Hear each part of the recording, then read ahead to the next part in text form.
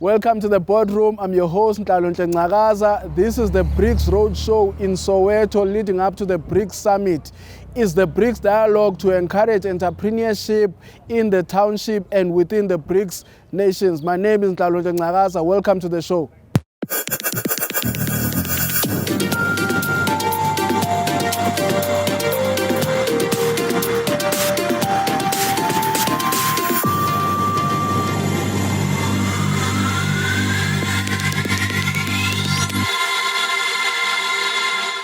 Don't be afraid to tell them that you've hosted the BRICS in Soweto. But colleagues, one thing that I want to make it clear so that people they understand, this is not a Soweto event. This is a township economy event in all 9 provinces. We are here representing Cape Town, we are representing KZN, Limpopo, all 9 provinces are represented. But when you talk about the taxa, it's represented in all 9 provinces. We've got guys from Cape Town, we've got guys from KZN. People are saying, Bob Twala, when are you coming to our province? I'll mention 2 achievements quickly, colleagues. The one is the Township Economic Development Act. In Gauteng, we've got an act. It was signed here in Soweto on the 29th of April last year in Orlando. But guess all the thing where was cooked? Even the lobbying with the Premier. Yeah, we were lobbying with the Premier, same spot, to say let's launch or let's sign the act. Now we've got an act. But colleagues, we mustn't make a mistake to think that the act is for government. The act is not for government. The act here is entrepreneurs. We must make sure that the 40% that the act says, we benefit from that 40%. We need to make sure, colleagues, one of the things that we don't have, it's our own Afro Forum and our own outer. To make sure that at the end of the thing, these things are implemented. But guys, let's just stop complaining about government. Government gave us a conducive environment. They gave us an act. You know, ocean economy doesn't have an act. Inclusive economy doesn't. Inclusive economy doesn't have an act. Green economy doesn't. But Minister, township economy's got an act. Wow. Now the task, Minister, that we need to do, we need then to lobby. I've spoken to the President about it personally. President, and then I want once the act is signed in Gauteng, let's make sure that it goes to all other provinces so that it becomes a national act. Minister, on the 23rd of September, we're doing a program in Tembisa. We're officially launching the Tembisa Arts and Culture Festival. And then that festival is then open to the BRICS nations to come. Let's showcase our culture, our food, our music, our dance. Then we need all 5 BRICS nations, including the African Union, to come and join us. This cooperation, just now, one of the speakers mentioned about its cooperation in the spirit of mutual respect and mutual benefits. For China and South Africa, last year, I come back to figures again. Last year, the trade between us was $56.7 billion US. And just a week ago, there was a trade promotion team coming together with the Minister of Commerce of China. When they visited South Africa, they held a fair, a contract signing fair at Centum, and the number they reached was 33 contracts worth $2 billion US. So I'm actually more excited that China is here, the People's Republic of China is here, precisely because we were when we usually go into a forum such as the G20 and the previous BRICS, the President of China has actually said to our president, we would like to see the trade balance grow, but we want it to grow more from South African side. And I was actually very surprised to say, everyone, when we want it to grow, we would want it to grow from our side as China. But he said, no, I don't think it is fair. We want the balance to actually tilt more to South Africa. Can you tell us what can we do to be able to assist you, to give you opportunities so that our trade balance can then now be able to be in such a way that it is actually balanced. It is not just more a deficit on our side and theirs then becomes bigger. And that to me showed the kind of friendship that we have with the People's Republic of China. And sometimes people would say that, oh, you are biased to China, but how can we not be biased to our own friends who goes all out to make sure that even in our friendship there is that particular mutual relationship where we all benefit. So it is for this reason that we really celebrate and we're excited that the People's Republic of China is here. Today we convene to discuss a matter of great significance and immense importance, of course, the township economy. As we've already said, we all know why we are here. The township of our nation, once marred by historic inequalities and social challenges, have evolved into a vibrant centers of entrepreneurship, resilience, and innovation. The township economy is not merely a sector, it's a testament of the indomitable spirit of South African people. You can give yourself a round of applause there. That's for you. That when we say this, we're talking about you, not government.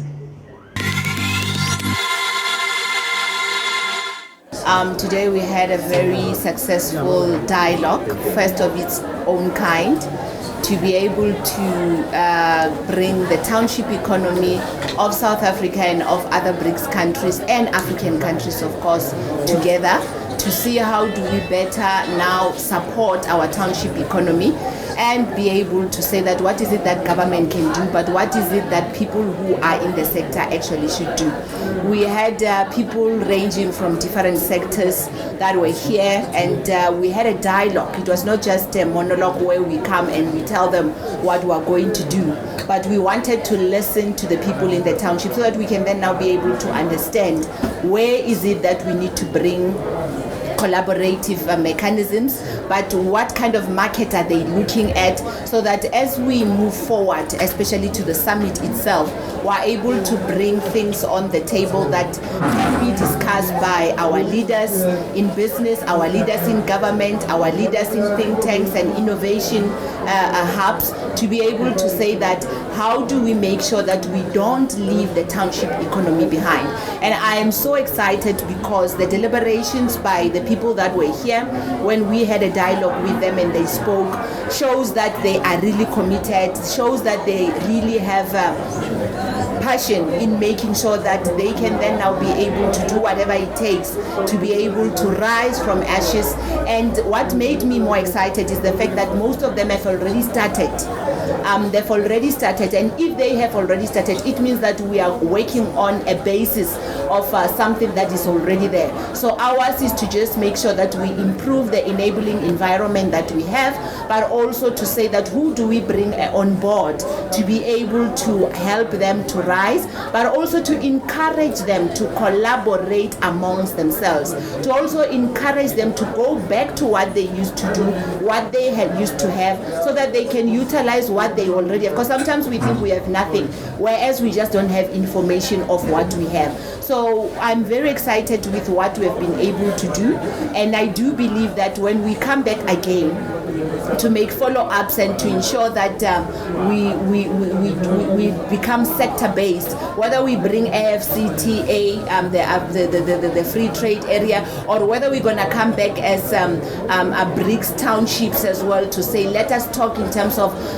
collaboration, or whether we're going to bring someone who's going to be able to talk about the issues of market access, or whether we're going to look at companies that are out there who are prepared to actually say that we are citizens of this country and we would like to ensure that we play a role in building the township economy. Because when you build a township economy, we are getting closer to the 90% labor force that we would like to see rising from the SMME, as the National Development Plan has actually said. We only have 7 years left, but this 7 years, of course, means that even if we don't reach everything, but we can at least be able to have lessons learned, but also be able to know that within the BRICS community and the African community, what is it that we can do better to learn from others and from others to also learn from us, in order for us to be able to access market, create market, but also be innovative. So in short, that's exactly what has happened, and I'm very excited. We're going to take this back not only to the BRICS summit, but also to the government of South Africa, the different spheres, and we'll report back to the president, because we know that he is so much passionate about township economy, to the point whereby he even spoke about the issue of creating a township stock exchange. We need to do that. We need to take action ourselves if we want to see ourselves going somewhere, so that when we go out to say assist, we should say assist us when we already have something that we have in hand.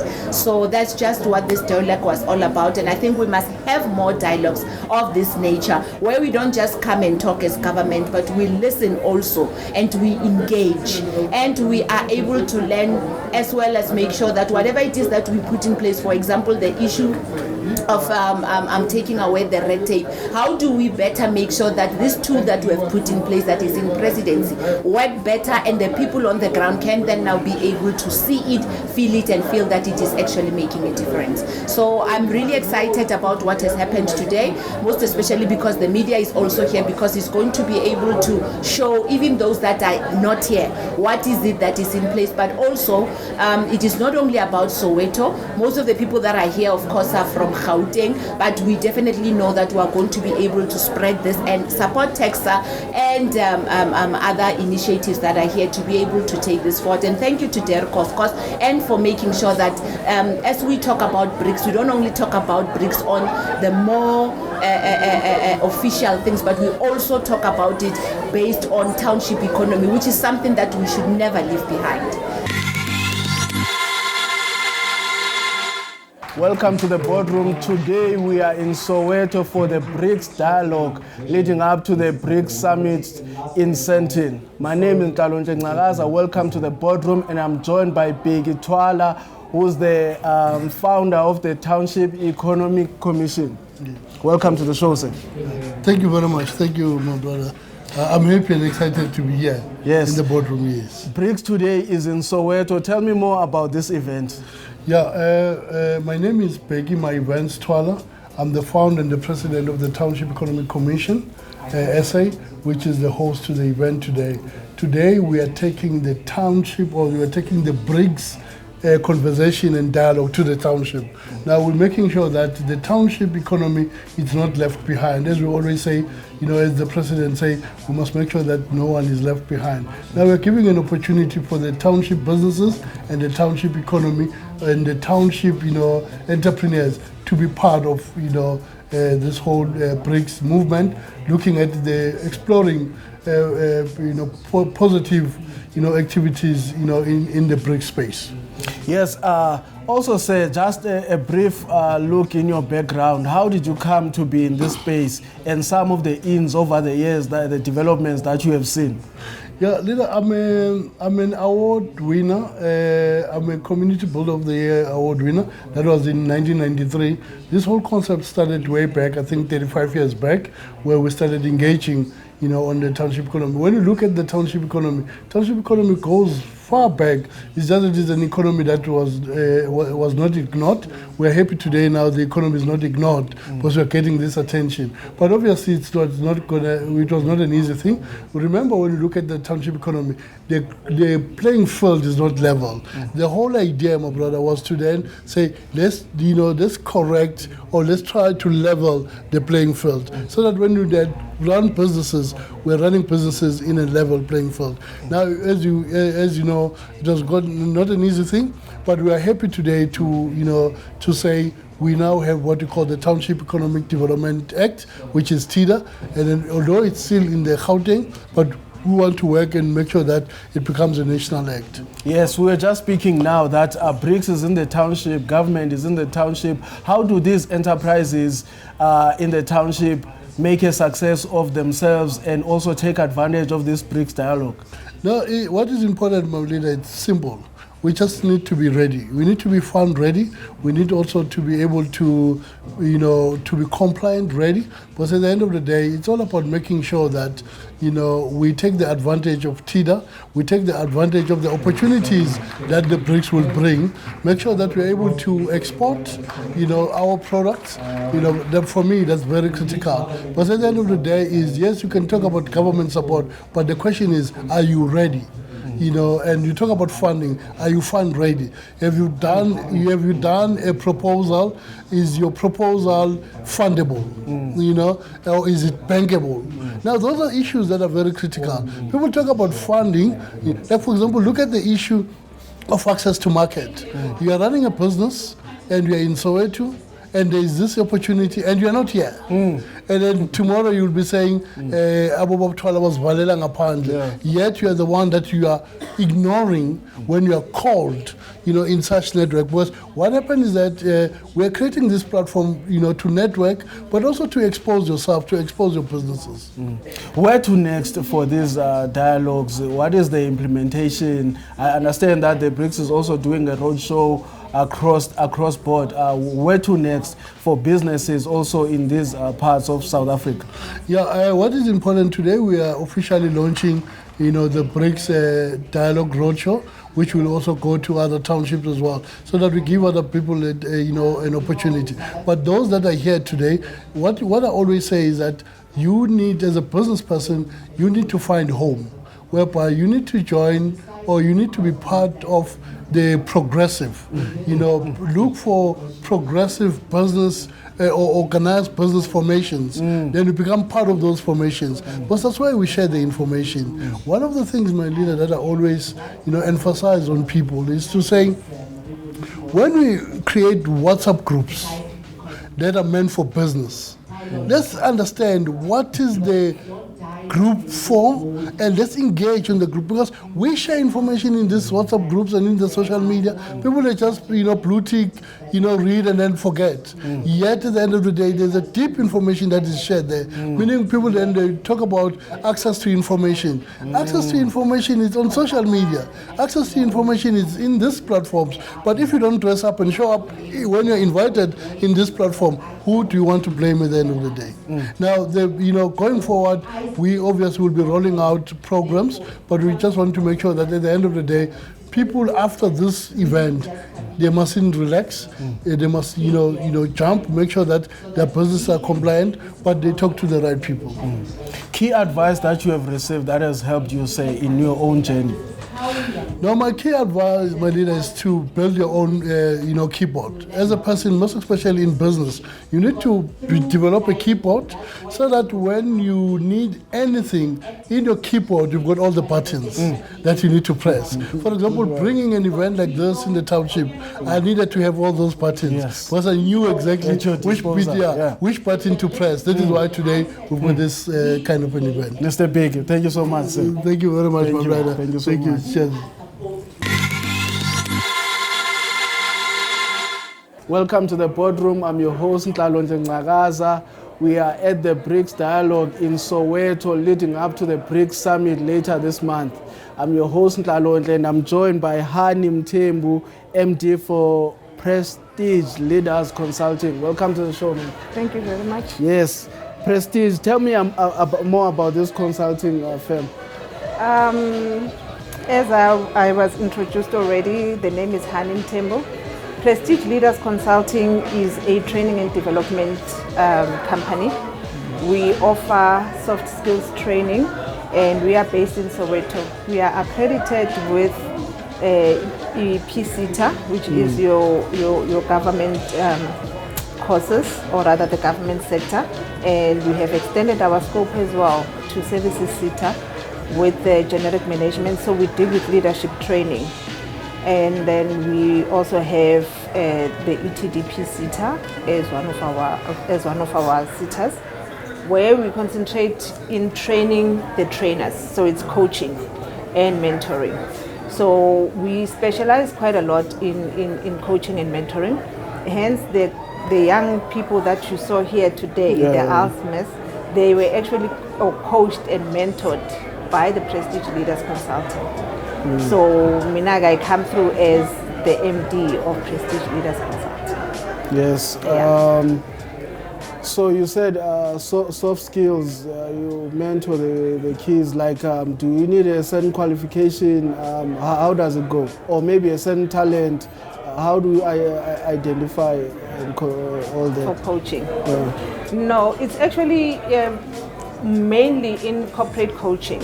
Okay, so which means if a company calls us through to train their employees on how they could coach on the job and how they could mentor their own employees, or they could mentor their own colleagues in a job setup. So that's what we do.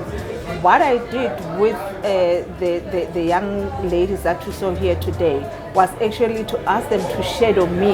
That is part of mentoring, just to shadow me during my interviews, during my business interviews or business consultings and stuff like that. So that was the part of the coaching. But there is no hard and fast rule on it as to what qualification one requires in order to be coached or mentored.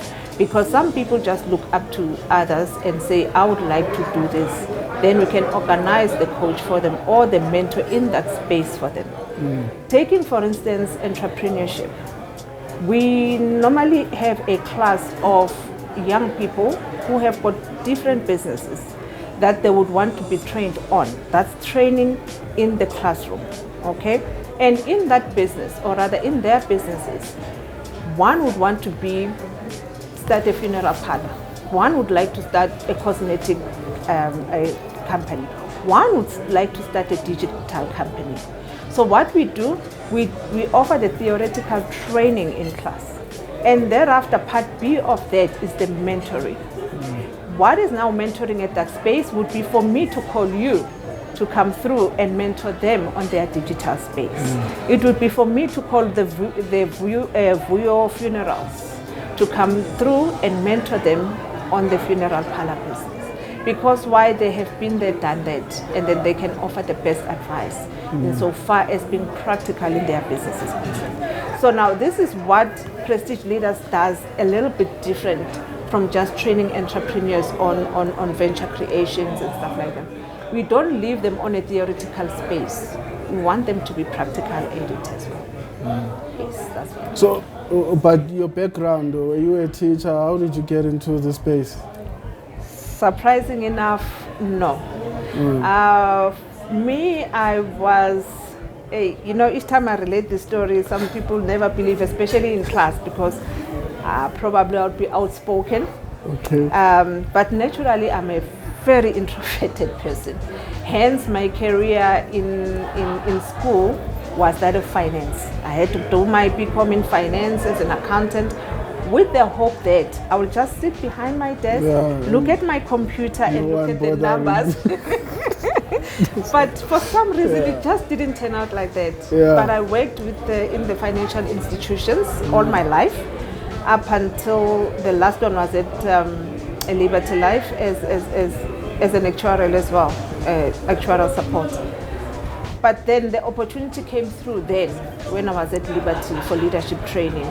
Then they took us to Ireland to go and learn leadership through your Professor Kara Asmal at the time. That was around 2002, 2003. So that's when I learned leadership. And coming back from that trip, Liberty Life expected us to have a project that we deliver to them because they paid for the trip. So when we were there, that's when I started the entrepreneurship project with Liberty. And then that project actually took Liberty by storm to the point that they continued with it even after I resigned. Because then I realized that this is the space I'm supposed to be in, shy as I may be, but when I'm in that space, I think a different personality comes out. Yeah, so I wasn't into training right at the beginning. Yeah. So where are you taking this project? I mean, some of the prospects you are looking at, collaborations, partnerships that you are looking at? Yeah, I'm actually looking at building this business to be a very large empire, especially in Soweto. You know, we don't come trusted. Those are some of the challenges that we have. The minute you say you come from Soweto, already the jaw drops, you understand, without them being so vocal about it, it drops, and then you are already classified. Is this one even accredited? Is this one even authentic? Can this one even keep up with the expectations and deliver according to the specifications? And we have proved them wrong. We have proved them wrong, but we work very hard to prove them wrong, because we are in a space where we are just small fishes with the sharks. And you get into an organization just to introduce prestige leaders. Then the question, or rather the comment would be, but we already have a service provider. And then you want to convince them that I come with a difference. That is why my motto in my business is invest in excellence. We don't just want to do this for the sake of doing it. We don't train for the sake of training. We train for the sake of transforming. Whoever that gets to be in that class must get out being transformed. But they will never know that until they give us a chance. And then giving us a chance is really becoming a little bit difficult. So we are pleading to the businesses in Soweto as well to say, you want to grow entrepreneurs out of Soweto. Who is going to give them training if you don't give us a chance to give them that training, the training that will speak to them from one brother to a sister in that space? I understand their difficulties. I understand their challenges. So why don't you bring me in? If you're bringing in someone from a well-off place, it would be like, but honey, you don't understand. You've never lived the life that we lived. And I will tell them exactly that I did. I am from this space, and I grew myself from this space to be where we are right now. So it is not difficult.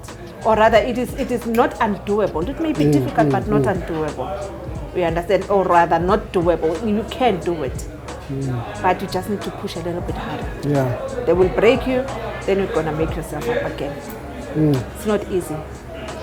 People getting into this space, what is your advice for them? Be strong. What has worked for you? You gotta hold on, honestly. You gotta hold on. You gotta have the most positive attitude ever. Because remember, this you didn't have yesterday, and this opportunity comes today. What have you got to lose? You got everything to gain if you take a chance. Take the chance and try and find as many people as possible that could be resourceful, like yourselves. So we don't want to shy away. Anyone who comes into the space, we don't want them to shy away. So we would encourage people to trust themselves, trust the system. It will work out for you at some point. If one part doesn't work, try another. There will always be that door that opens. But don't give up, more especially if it is your dream. Find people that can assist. And there are people out there who are really, really, really willing to could help. Yes, that is it. All right, thank you so much, ma'am. Good to have you. From the BRICS Dialogue in Soweto, we are closing off, and business here is encouraged in the townships to collaborate and forge partnerships within the BRICS nations. My name is Mthembu, signing off. Goodbye.